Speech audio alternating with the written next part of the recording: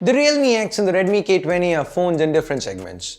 I'd usually not compare these two, but given the hype built by Redmi in the pre-launch stages of the K20's launch, a lot of you guys seem to want to see this comparison happen. So okay, let's do this. The Realme X, the Redmi K20, what are the differences? How do they stack up? Well, let's find out in today's video. Hey guys, Ash here from Z4Retech and let's get started. As always, let's start with the build. The Redmi K20 has that glass build with a holographic back. It looks different, it looks unique. The Realme X looks good too with that gradient and all that, but this back is plastic. The Redmi's also got that P2i coating and a smaller overall footprint, so when it comes to build, I'm gonna have to go with the Redmi K20. Now, before we continue, which of these two phones do you guys actually prefer? Here's a poll, go ahead, make your choice. Now moving on to the display, the Realme X sports a 6.53-inch display, a little larger than the one found on the Redmi K20. Both these panels are AMOLED and neither has a notch, so there's nothing between them. Consuming media on either device should be good. So from a display standpoint, the Realme X has an edge because it's larger. Now while it's true that the Realme X does have a larger panel, from an overall media consumption standpoint, the K20 edges ahead. It's got louder speakers and the Hi-Fi DAC means the headphone output is also marginally better. Both phones sport motorized cameras to make their all-screen designs work.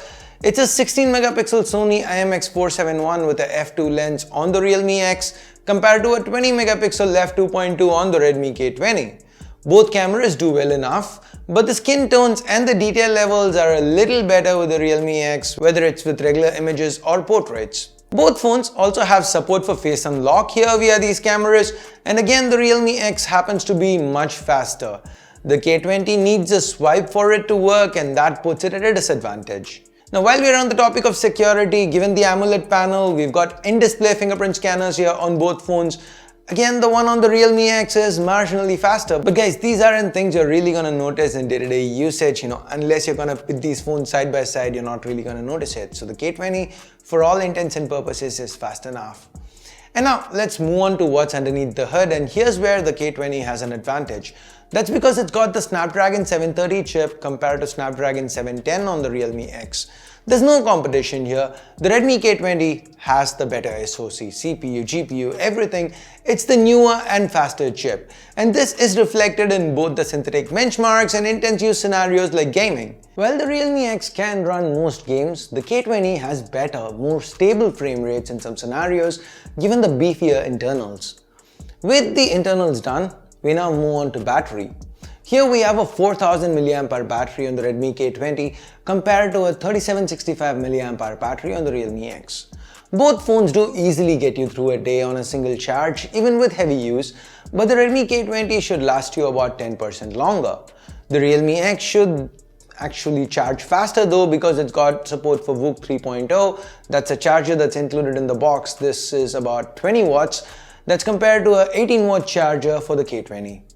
And now, let's talk software. The Realme X is running on ColorOS 6 while the Redmi K20 is running on MIUI 10, both built on top of Android 9 Pie. Both user interfaces are quite far from stock and come with their own customization options. They both happen to be snappy, and given the strong hardware underneath, both these should make for a good experience.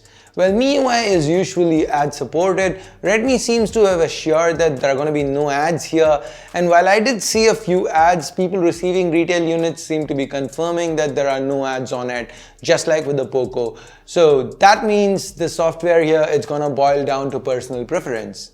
As for cameras, both phones have similar primary sensors. The 48-megapixel Sony IMX586 is what's on the Realme X. It's paired with the f1.7 lens, whereas it's the Sony IMX582 that's on the Redmi K20 that's paired with the f1.8 lens. Now the 582, 586, there's not a lot really different between these two sensors. As you can see here, the detail levels are pretty similar, but the images shot with the Realme X do appear a little brighter at times, like in this image here. In some other scenarios, the Realme X does come across as having punchier colors, which is not necessarily a bad thing. Here's another example. Now as far as detail and dynamic range go, they are more or less similar. Under low light, both phones have dedicated night mode options. Realme's implementation seems to do a little better here. The wider aperture also seems to help out. The end result, images shot with the Realme X are a little brighter while having similar levels of detail. The Redmi K20 has two other sensors though, an ultra-wide and a telephoto. This kinda gets you different perspectives. The Realme X cannot match these. These give the K20 an advantage. As for video, both phones can do up to 4K at 30 FPS. The Realme X again produces the brighter image. Detail-wise, they are evenly matched. So overall, with regards to optics, things ended up being closer than I expected, as the Realme X's primary and selfie cameras seem to outperform the Redmi K20s, but the K20 does have two extra sensors that the Realme doesn't have an answer to. Now finally, when it comes to price, the Realme X is priced lower. It starts at 16,999 for the 4128 variant, while the Redmi K20 is priced at 22,000 rupees for the 664, and if you want 128 gigs of storage, the price goes up to 24,000 rupees. Ergo, a price difference of 7,000 rupees. So why are these two phones even being compared? Well, like I said, that's basically because when the Realme X launched, Redmi took shots at the Realme X saying the K20 will kill it. So a lot of us consumers kinda expected the Redmi K20 to launch at say 18,999 or something, so that it would be close to the Realme X, so that it can technically kill the Realme X. But instead, it turns out the K20 was priced much higher. The price gap is much wider. So overall, if the extra 5,000 to 7,000 rupees is something you don't mind paying, then the K20 makes sense. It's got the newer chip, it's got the better build, it's got extra camera sensors.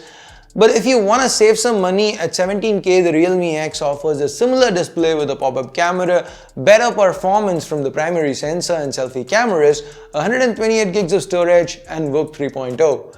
The chip inside might not be as fast or as new, but it should get most things done. So there you go, these are the differences between the Realme X and the Redmi K20. So which of these two phones would you prefer and why? Let me know in the comments below. And with that, we get to the end of this comparison video. Thumbs up, thumbs down based on whatever you felt about it. Subscribe, turn on notifications by hitting that bell icon if you haven't yet. Thanks a lot for watching. Till next time, my name's Ash. You've been watching C4E Tech, and I'm signing off for now. You guys have a great day. Bye bye.